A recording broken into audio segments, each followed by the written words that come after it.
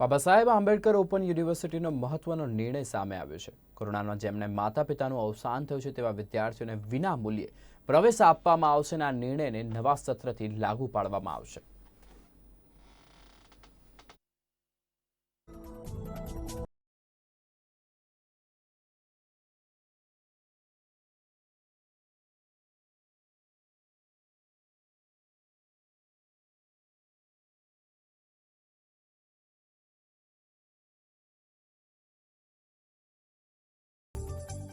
સૌથી મહત્વનો નિર્ણય એ કરાયો છે કે આજના કોરોનાના કપરા કાળમાં